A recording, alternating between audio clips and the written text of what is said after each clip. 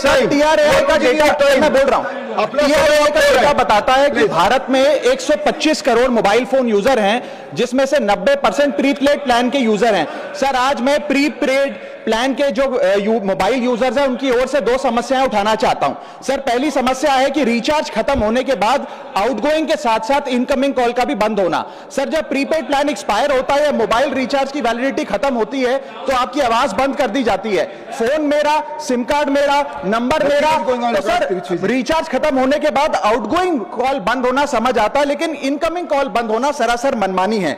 Sir, हमारा mobile number आज हमारी डिजिटल पहचान बन चुका है। एसेंशियल कम्युनिकेशन जैसे कि UPI payment, banking, OTP, train ticket OTP, pan Aadhaar authentication, interview का कॉल, हॉस्पिटल का कॉल, मां बाप का गांव से कॉल, तमाम चीजें इनकमिंग कॉल और इनकमिंग एसएमएस से आती है, और वो इसलिए बंद कर दिया जाता है कि इंसान एक रिचार्ज कराना भूल गया।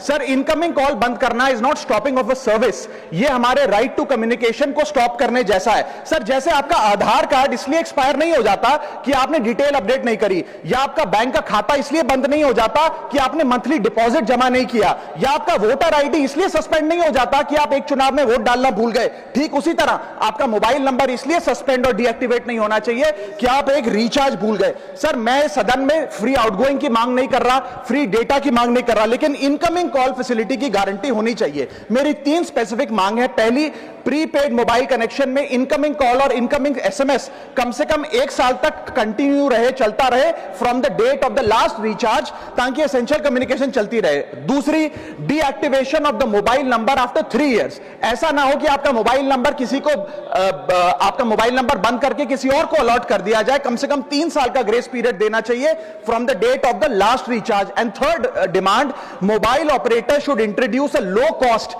Incoming only plan. वो लोग जो सिर्फ इनकमिंग के लिए फोन रखते हैं उनके लिए, जैसे कि 10 रुपए में 180 दिन की इनकमिंग कॉल की फैसिलिटी, इस प्रकार की स्कीम्स मोबाइल ऑपरेटर को लानी चाहिए।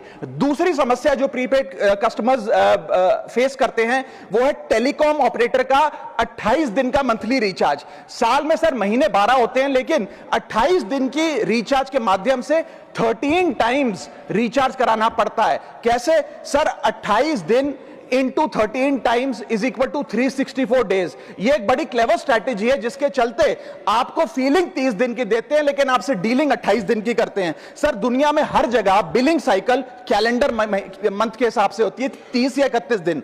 आपको मंथली सैलरी, लैंडलॉर्ड का रेंट, बैंक की ईएमआई, बिजली पानी गैस का बिल, तमाम चीजें 30 या 31 दिन के महीने के हिसाब से होती हैं। लेकिन ये मोबाइल ऑपरेटर, टेलीकॉम ऑपरेटर 28 दिन के महीने के हिसाब से आपको रिचार्ज प्लान बेचते हैं, ताकि साल में एक अतिरिक्त रिचार्ज आपको मिल जाए। मैं उम्मीद करता हूं कि इसे भी समाप्त किया जाएगा।